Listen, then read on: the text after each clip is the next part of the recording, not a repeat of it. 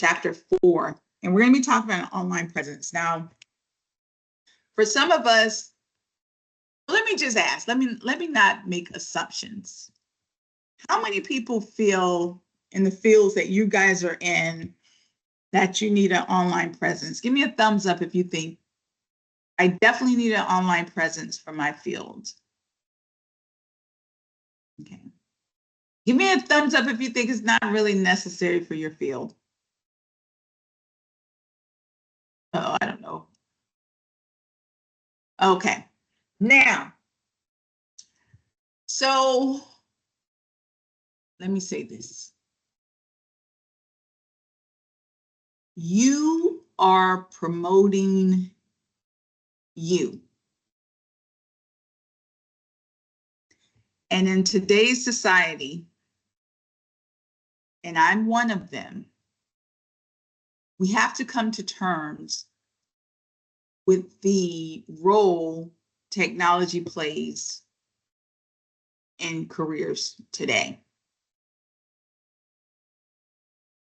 Has anyone ever heard the term having bad credit? Having no credit is like having bad credit.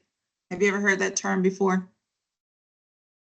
Okay, Alan said, okay, a few of us. Okay. Having no online presence is worse than trying to do it yourself.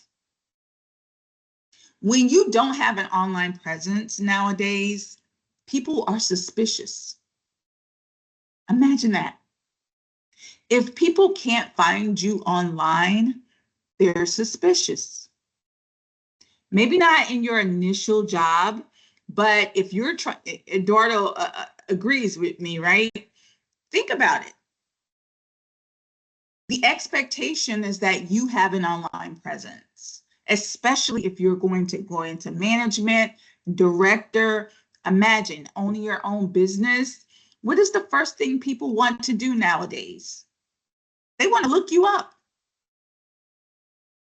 Isn't that how you want to do as well? Don't you want to look up a company if you apply to them? You probably want to look up the person that owns the company. You want to do some research. Most people do. It is very commonplace for companies to do research on candidates before they even interview you. Put yourself in their shoes. You have 5 candidates.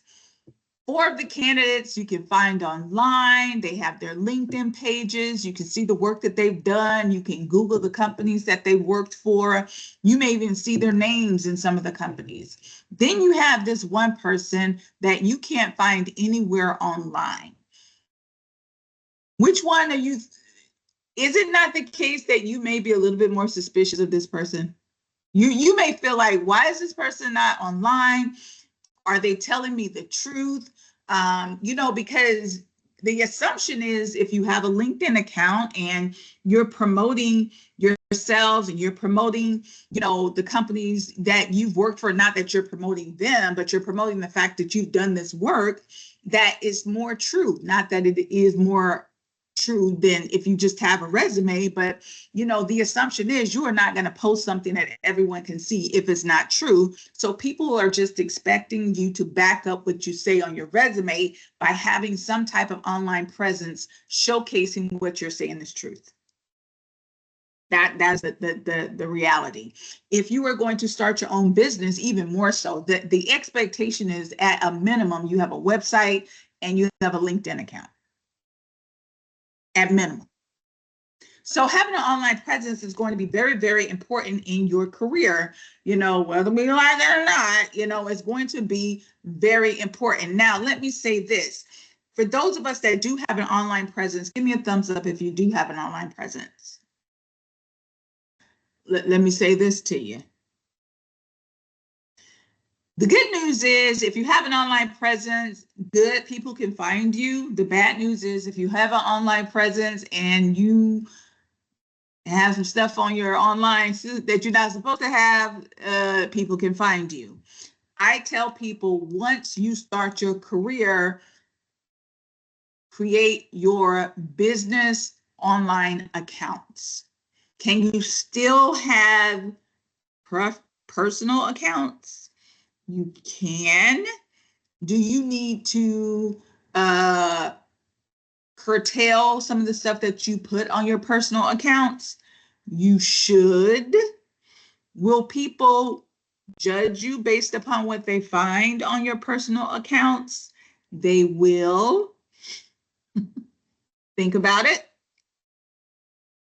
Let's say you are looking for a plumber and you see this guy's van pass you by, and so you decide to go to plumber Smith and Sons Plumbing, and you're Googling it and you run across their Instagram page, and then you click on their name and you get to their personal page and you find out that the plumber's son has more than one kind of page. I'll let you fill in the blank. Would you be judgmental? Give me a thumbs up if you would be judgmental. Might be a little judgmental, right? Or let's say you're on X, formerly known as Twitter, and the plumber and sons, you know, they have a lot to say about everything. They're posting about everything. And let's say a lot of it's not very flattering. It's just, they hate everything, everybody, everything. They hate everything. How would you think about the plumber and sons? You may say some may not be right with the Smith family, right? So you have to be mindful. You have to be mindful. Recently, I think it was last year or so, a teacher got fired because she had a special page.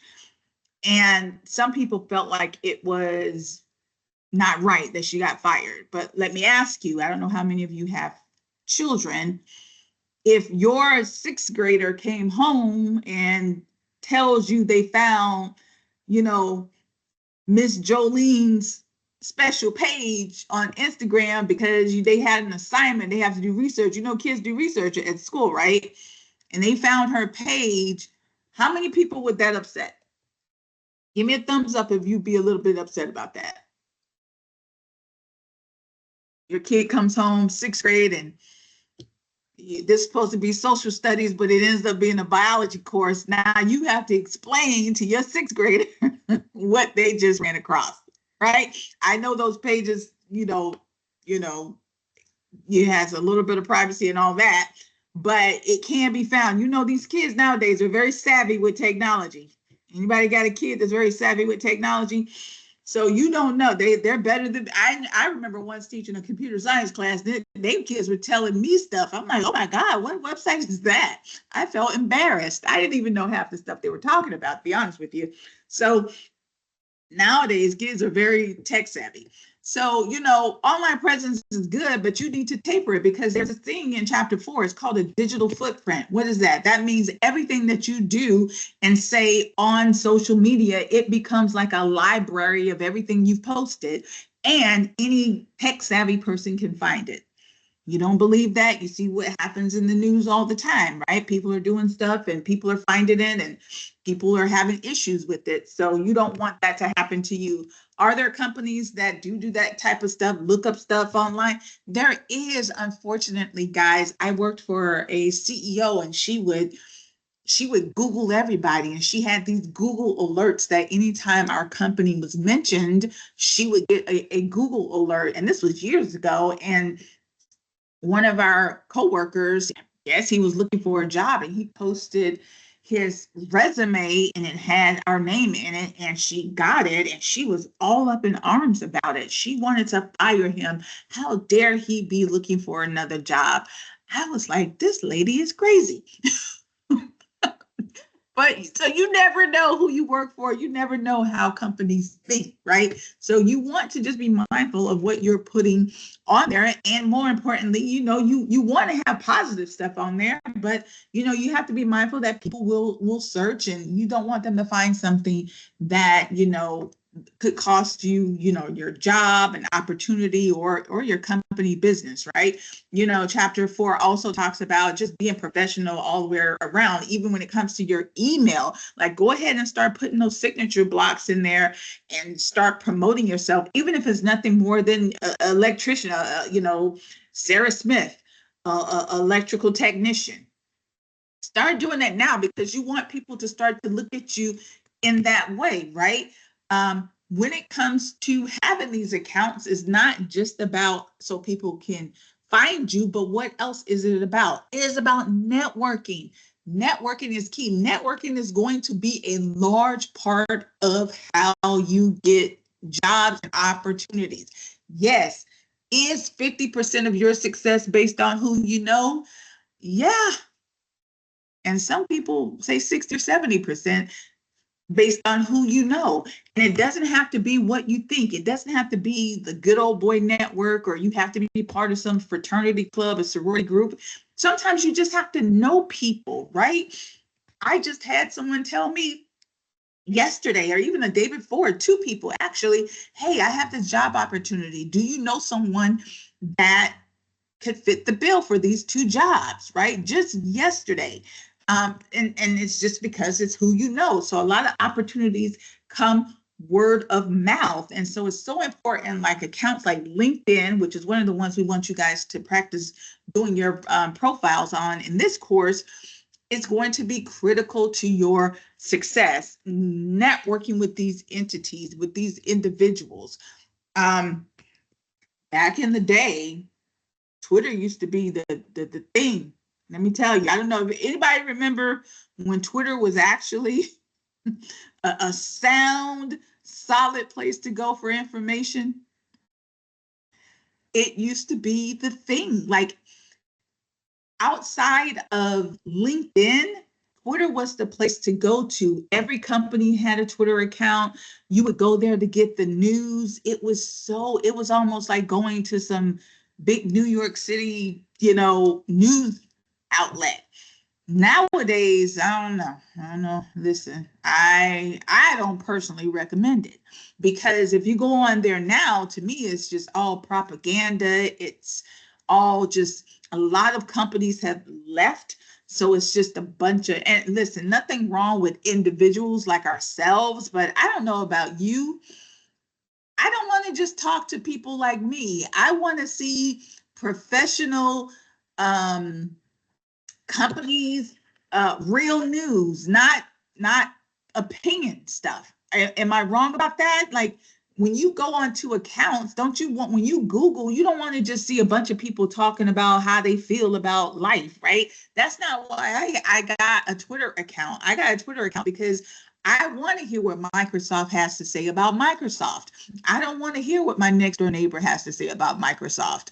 But now, X, unfortunately, has ran so many companies off that you can't get solid information. And that's the one thing I don't like about X now.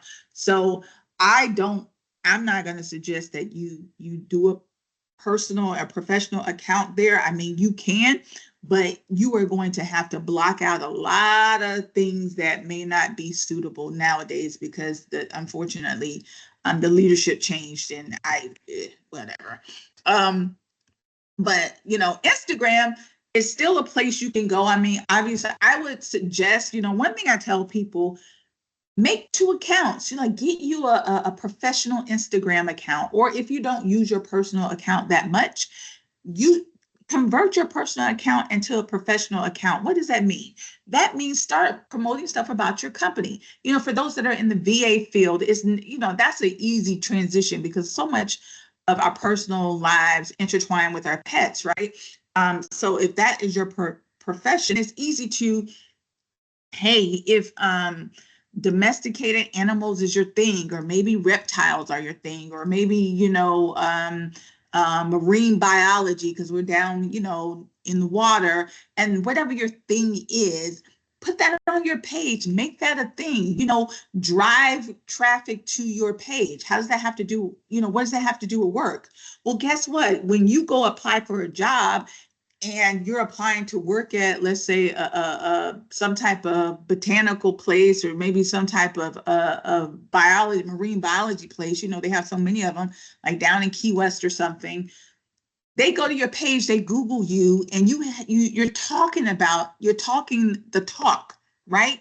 Think about it. If you were wanting to hire someone and you Google them and you look them up and they're very serious, and they're talking about the things that they're passionate about, and it coincides with what they've said to you in the interview, or it coincides with what they have on their resume, and it coincides with what they have on their LinkedIn, what are you going to think? You're going to think this person is a professional, would you not? That's what you have to promote yourself. You are providing a service. Get out of the mindset of employee. You're not an employee anymore. You are a professional. People expect you to be a professional. When you step out the door and you say, I'm a technician, you expect them to be a professional. When someone knocks on your door and says, I'm a technician, do you not expect them to be an expert? Right? You expect them to be an expert. You expect them to be a professional. You expect them to be the person that knows what they're doing. When you go to the doctor, you don't say, hi, Tom. You know, you say, hi, Dr. Smith or whatever, because you are approaching that person as that professional. So if your doctor says, yeah, this is just my job, how would you feel? If your doctor's like, I can't wait to get out of here, this is just my job. No, this is your profession. So you guys are professionals now. As such, you have to start, you're an entity, you provide a service. And so you have to start promoting yourself like you're the business. And one way to do that is through social media. And so you have to start thinking of yourselves and the services that you are going to provide in that way. That is what's going to set you apart from the next guy. These days of, I'm just a worker working with a bunch of other workers, those days are gone. That's for people that we call non-technical individuals. There's a reason why people that have college degrees, people that have specialized training is different from those that don't. Is that not the case? Can you see the difference between you and a non-technical person now that you're in school and you're about to graduate? Do you even see the difference between yourself before you started your technical career and now? Do you see the difference? There's a reason why people consider you the professional. You understand? So you have to promote yourself in that way. No one's going to build your career. You have to do it. Does that make sense? And you gotta use social media, my friends. Tomorrow we're going to talk about getting jobs and how to really use social media. But we want you to just think today about having this online presence and what it means, right? So using it to connect to your career is, this is a lifelong thing. It's not something that is a one and done. It is going to be a tool that you are going to use to help you in your career. All right. All right. So here's what we wanted to do today, because we want you guys to think about it. You actually have 2 assignments today. Well, really 3 if you count this participation question. I want you to start to think about, okay, so if I am going to be networking, what are 3 places or people I may use to grow my network? Where could I go to grow my network? Now, it could be online places. You may say, okay, LinkedIn, Twitter, LinkedIn, or you may say, well, I'm going to do I'm going to join an association. I'm going to get a lot of your trades entities have different types of groups you could be a part of. Maybe you're going to say, well, I'm going to connect to, maybe my instructor. I'm going to connect to some of the people in this class. Whatever you're going to do. Give me 3 people and places you may use to grow your network. And then also tell me, which ones are you using now? Maybe somebody, told you to come and be part of this industry. Maybe that is who you're using now. Maybe, I'm using my cousin because he's currently in the HVAC field. I'm using my, the people I've worked with in the past. Maybe that's what you're doing, right? But I want you to start thinking. Think of yourself as a business. Think of yourself as a business. How would you promote your business? How are you going to grow your business? Because that's what you are. Are you not providing a service? When you signed an employment contract, that's a contract. That's what contract is, an employment contract. You are saying, I'm going to give you this service for this amount of pay. So you're providing a service. It's up to you to grow your business. Does that make sense? It's up to you. Nobody's going to say, hey, you're a really good electrical person. Let me show you how to be successful. Nobody's going to do that for you. You have to figure out, how am I going to take this new skill set that I have and make something out of it? How am I going to attain the type of success that I personally want, the ones I put in those long-term goals from week 1, and become the person that I want to be? Only you can do that. All right, my friends, I'm going to get you out of here. I know some of you guys are still interviewing all this week. Good luck on that. If you have any questions, let me know. Tomorrow, we're going to piggyback on what we've discussed. We're going to start talking about LinkedIn and all those different platforms a little bit more in chapter 5. So make sure you're reading that. And also, do me a quick favor. You're going to be doing a debrief on your mock interviews. So make sure as soon as you finish that mock interview that you go home and you just jot a few notes down, because you're going to have to send a thank you letter and do a debrief on that. So just a quick reminder on that. All right. If you guys don't have any other questions, I am going to release you. Have a great day, and I will talk to you tomorrow. Please remember that if you weren't able to access your live session question because the video was late, I did open that question back up for you to get your points. You can go in and plot your answers in. I apologize for that. I did have a technical difficulties with the video yesterday. And I know some of you, go ahead, Desire, sorry.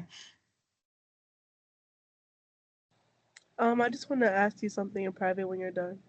Sure. I know some of you normally post, and when I didn't see it, I was like, I know it's because I was having some technical difficulties posting that video.